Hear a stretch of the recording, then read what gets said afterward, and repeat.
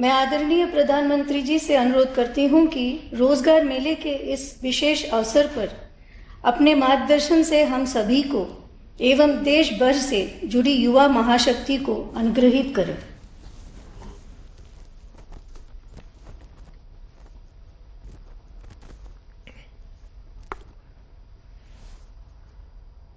नमस्कार। राष्ट्रीय स्तर पर होने वाले ये रोजगार मेले एनडीए और भाजपा सरकार की नई पहचान बन गए हैं। आज एक बार फिर 70,000 से ज्यादा युवाओं को नियुक्ति पत्र मिले हैं। मुझे खुशी है कि बीजेपी के शासन वाली राज्य सरकारें भी, सभी बीजेपी के स्टेट में भी लगातार इस तरह के रोजगार मेले आयोजित कर रही हैं। जो लोग इस समय सरकारी नौकरी में आ रहे हैं उनके लिए ये बहुत महत्वपूर्ण समय है। आजादी का अमृत काल अभी शुरू ही हुआ है। आपके सामने अगले 25 वर्षों में भारत को विकसित राष्ट्र बनाने का लक्ष्य है। आपको वर्तमान के साथ ही देश के उज्जवल भविष्य के लिए भी जी जान से जुट जाना है। मैं आज नियुक्ति पत्र पाने वाले सभी युवाओं को और उनके परिवारजनों को बहुत बहुत बधाई और बहुत शुभकामनाएं देता हूं। साथियों, आज भारत में प्राइवेट और पब्लिक सेक्टर दोनों में ही नौकरियों के निरंतर नए मौके बन रहे हैं। बहुत बड़ी संख्या में हमारे नौजवान स्वरोजगार के लिए भी आगे आ रहे हैं। बिना गारंटी बैंक से मदद दिलाने वाली मुद्रा योजना ने करोड़ों युवाओं की मदद की है। Startup India, stand up India जैसे अभियानों से युवाओं का सामर्थ्य और ज्यादा बढ़ा है। सरकार से मदद पाने वाले ये नौजवान अब खुद अनेक युवाओं को नौकरी दे रहे हैं। बीते वर्षों में जिस तरह बड़े पैमाने पर युवाओं को सरकारी नौकरी दी गई है, यह अभियान भी अपने आप में अभूतपूर्व है। देश में सरकारी नौकरी देने वाले प्रमुख संस्थानों जैसे एसएससी, यूपीएससी और आरआरबी पहले के मुकाबले इन व्यवस्थाओं के माध्यम से ज्यादा युवाओं को नौकरी दी है। और अभी जो वीडियो दिखाया गया उसमें उसका जिक्र भी है। इन संस्थाओं का जोर परीक्षा प्रक्रिया को पारदर्शी, व्यवस्थित और सरल बनाने पर भी रहा है।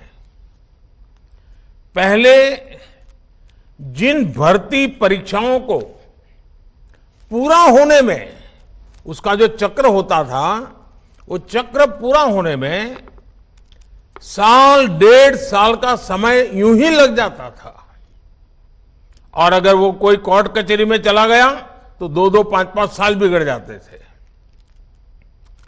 ये सारी चीजों से बाहर निकल करके अब कुछ ही महीनों में सारा चक्र, सारी प्रक्रियाएं पारदर्शी पद्धति से पूर्ण कर दी जाती है।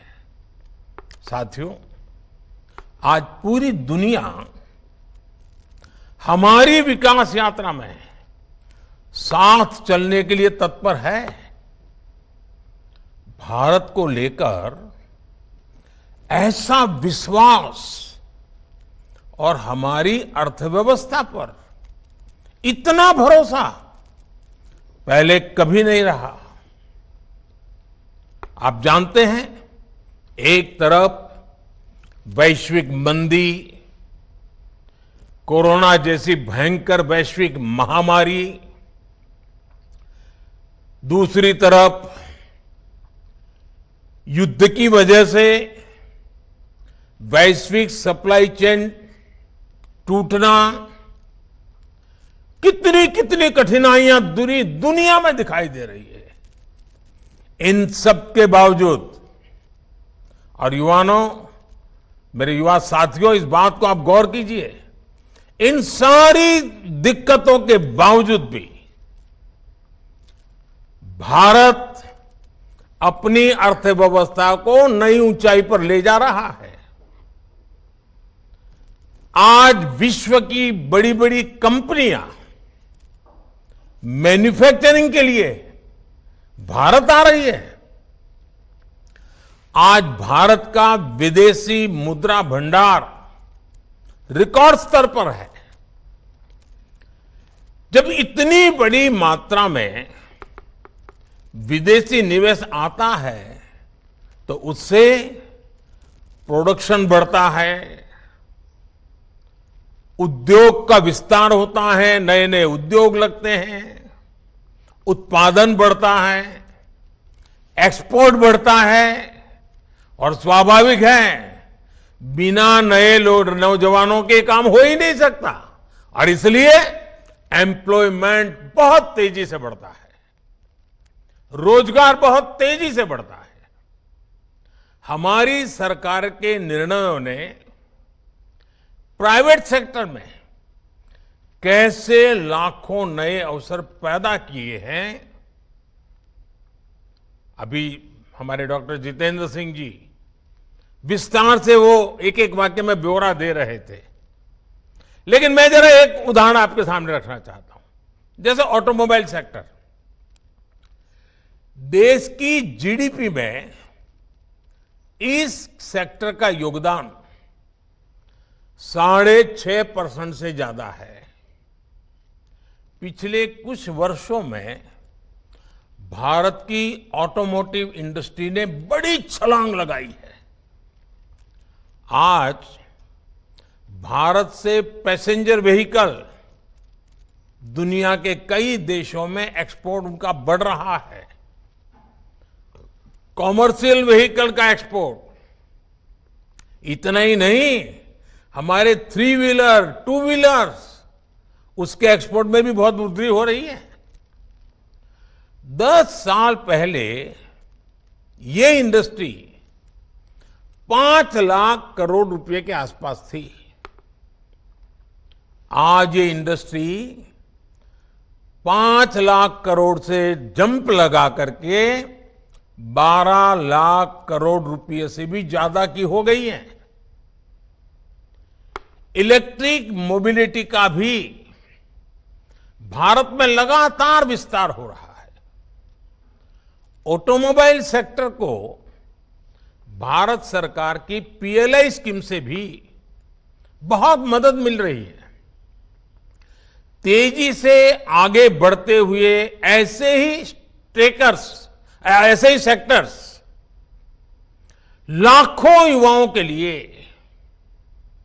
रोजगार के नए मौके बना रहे हैं। साथियों, आज भारत एक दशक पहले की तुलना में ज्यादा स्थिर, ज्यादा सुरक्षित और ज्यादा मजबूत देश है। राजनीतिक भ्रष्टाचार, योजनाओं में गड़बड़ी, जनता जनार्दन के धन का दुरुपयोग, पुरानी जितनी सरकारें आप देखेंगे उनकी पहचान यही बन गई थी। आज भारत को उसकी राजनीतिक स्थिरता के लिए जाना जाता है। पॉलिटिकल स्टेबिलिटी ये दुनिया में बहुत मायना रखती है। आज भारत सरकार की पहचान उसके निर्णायक फैसलों से होती है। एक डिसिसिव गवर्नमेंट। आज भारत सरकार की पहचान उसके आर्थिक और प्रगतिशील सामाजिक सुधारों से हो रही है।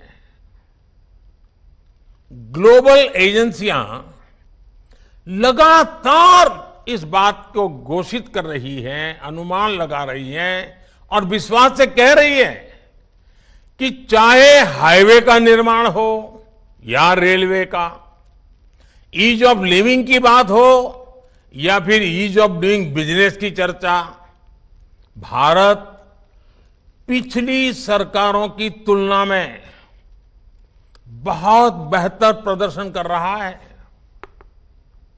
बीते वर्षों में भारत ने अपने फिजिकल इंफ्रास्ट्रक्चर पर और अपने सोशल इंफ्रास्ट्रक्चर पर लाखों करोड़ रुपए का निवेश किया है। लाखों करोड़ रुपए के इस निवेश ने भी रोजगार के करोड़ों अवसर बनाए हैं। अब जैसे सोशल इंफ्रास्ट्रक्चर का मैं एक उदाहरण देता हूं आपको, जो हमारे सामाजिक जीवन से जुड़ा हुआ विषय है, और वो है पानी। और उसके लिए हमने चलाया है जल जीवन मिशन। ये जल जीवन मिशन, उसके पीछे अब तक करीब करीब 4 लाख करोड़ रुपए खर्च हो चुके हैं। 4 लाख करोड़ रुपए खर्च हो रहे हैं। जब ये मिशन शुरू हुआ था तो ग्रामीण इलाकों में हर 100 में से, यानी 100 घर अगर गांव में हैं तो सिर्फ 15 घर ही थे जहां पाइप से पानी आता था। ये मैं एवरेज बता रहा हूं। 100 घर में से 15 घर में पाइप से पानी आता था। आज जल जीवन मिशन की वजह से हर 100 में से 62 घरों में पाइप से पानी आने लगा है और अभी भी तेज गति से काम चल रहा है। आज देश के 130 जिले ऐसे हैं, ये छोटा क्षेत्र नहीं है, 130 जिले ऐसे हैं जहां के हर गांव में, हर घर में नल से जल आता है।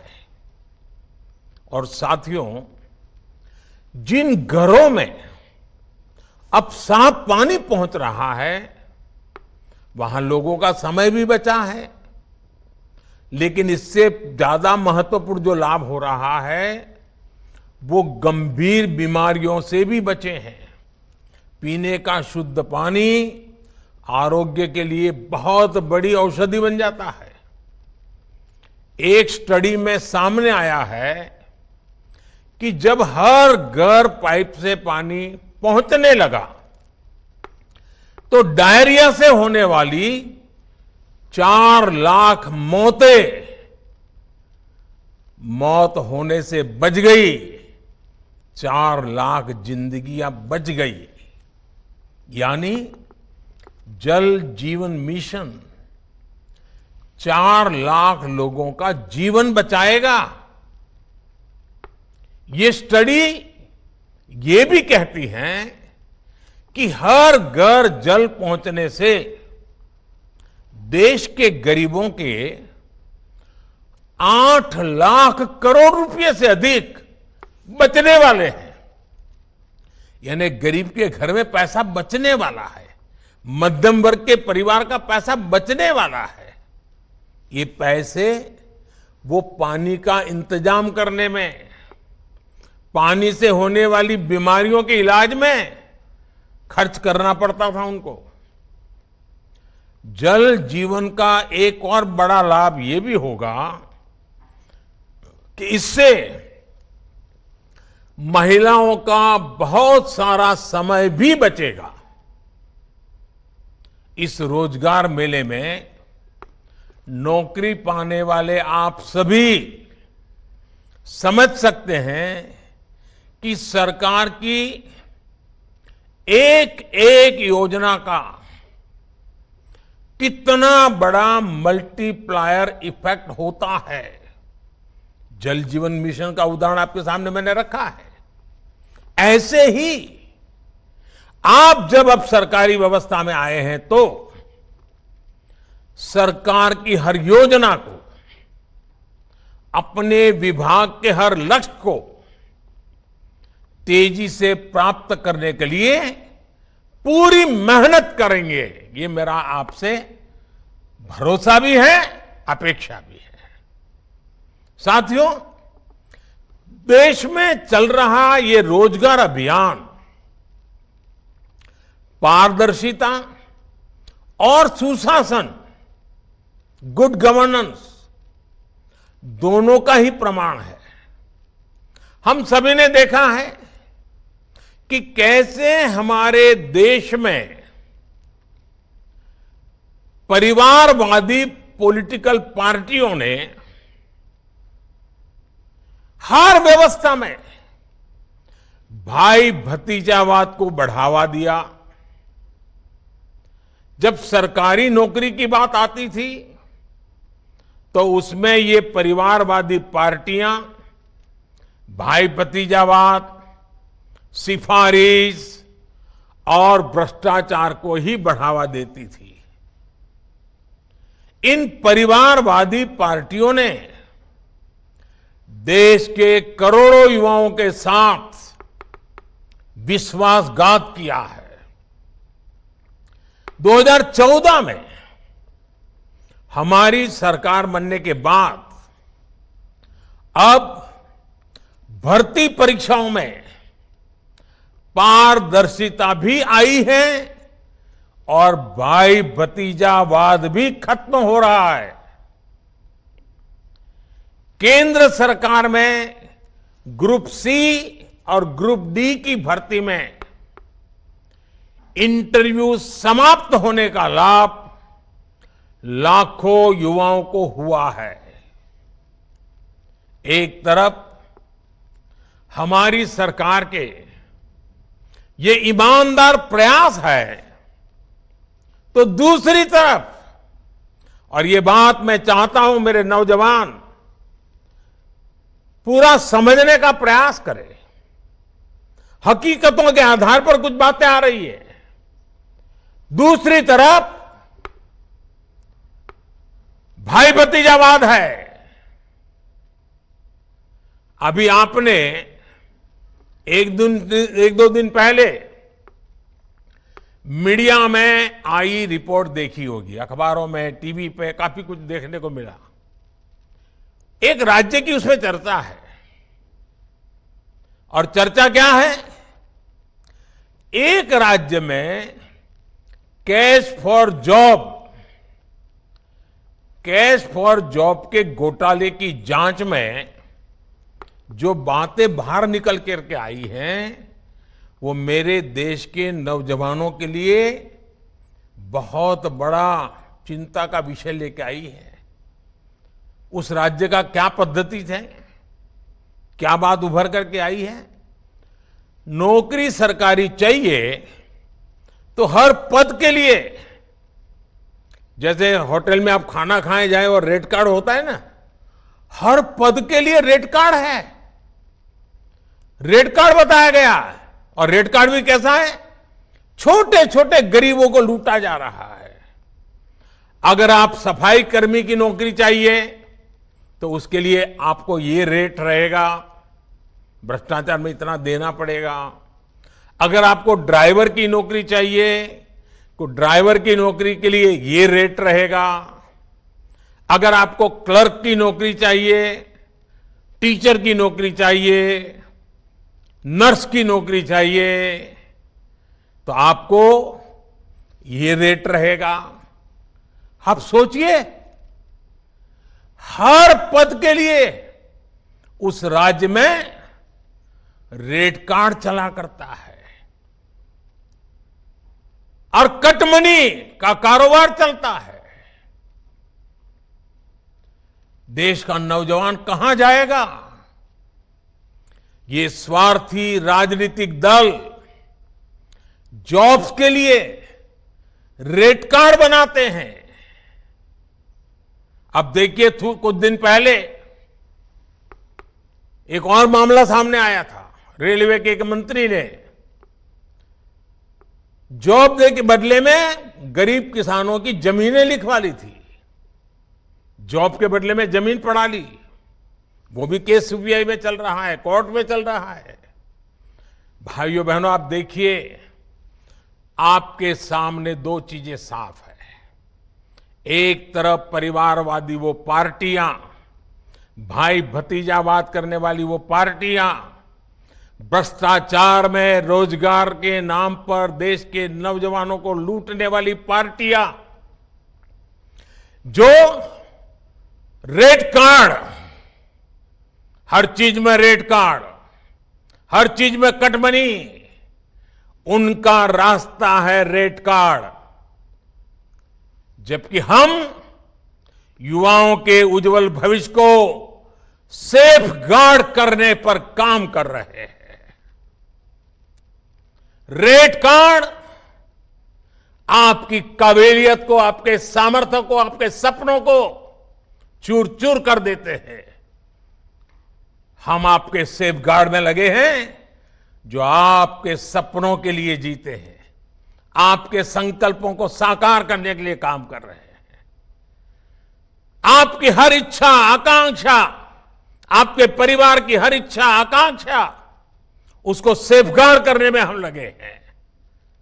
अब देश तय करेगा देश के नौजवानों का भविष्य रेट कार्ड के भरोसे चलेगा कि सेफगार्ड व्यवस्था के अंदर सुरक्षित तरीके से पनपेगा। साथियों, ये भाई भतीजावाद वाली पार्टियां देश के सामान्य मानवी से आगे बढ़ने के अवसर छीन लेती है, जबकि हम देश के सामान्य मानवी के लिए नित नए अवसर बना रहे हैं। साथियों, हमारे देश में कुछ राजनीतिक दलों ने लोगों को भाषा के नाम पर एक दूसरे से भिड़ने के लिए, देश को तोड़ने के लिए भाषा को एक हथियार बनाया। लेकिन हम भाषा को लोगों को रोजगार देने, उन्हें सशक्त करने का माध्यम बना रहे हैं। हमारी सरकार ये सुनिश्चित कर रही है कि किसी को अपना सपना पूरा करना हो तो कोई भी भाषा उसके सामने दीवार न बने। भारत सरकार आज जिस तरह मातृभाषा में भर्ती परीक्षा पर जोर दे रही है, एंट्रेंस एग्जाम पर जोर दे रही है, उसका भी सर्वाधिक लाभ मेरे देश के बेटे बेटियों को मिल रहा है, हमारे नौजवानों को हो रहा है। रीजनल लैंग्वेज में परीक्षा होने से युवाओं को आसानी से अपनी योग्यता साबित करने का अवसर मिला है। साथियों, आज तेजी से आगे बढ़ते हुए भारत में सरकारी व्यवस्थाओं और सरकारी कर्मचारियों के काम करने का तरीका भी तेजी से बदल रहा है। एक समय था जब देश के सामान्य नागरिक सरकारी दफ्तरों के चक्कर लगाते रहते थे। आज सरकार अपनी सेवाएं लेकर देश के नागरिकों के घर तक पहुंच रही है। अब जनता की अपेक्षाओं को समझते हुए, क्षेत्र की आवश्यकताओं को समझते हुए हमारी सरकार लगातार काम कर रही है। विभिन्न सरकारी दफ्तर और विभाग जनता के प्रति संवेदनशील रहते हुए काम करने पर जोर, ये हमारी प्राथमिकता है। इतने सारे मोबाइल ऐप्स के माध्यम से, डिजिटल सेवाओं के माध्यम से सरकार से मिलने वाली सुविधाएं अब बहुत आसान हो गई है। पब्लिक ग्रीवांस सिस्टम को भी लगातार मजबूत किया जा रहा है।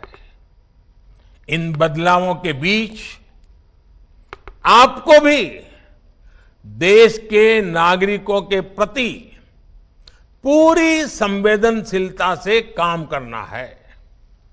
आपको इन सुधारों को और आगे बढ़ाना है और इन सब के साथ ही आप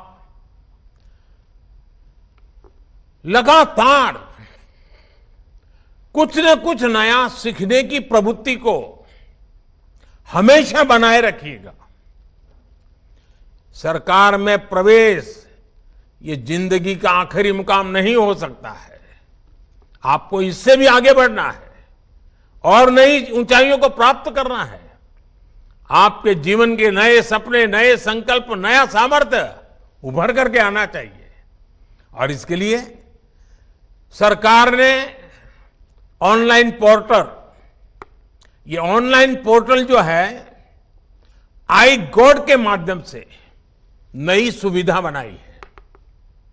हाल ही में इसके यूजर्स की संख्या 10 लाख के आंकड़े को पार कर गई है। इस ऑनलाइन पोर्टल पर उपलब्ध कोर्सेज का आप पूरा फायदा उठाएं। आपको नौकरी में बहुत काम आएगा। आपको प्रगति करने के लिए नए रास्ते खुल जाएंगे।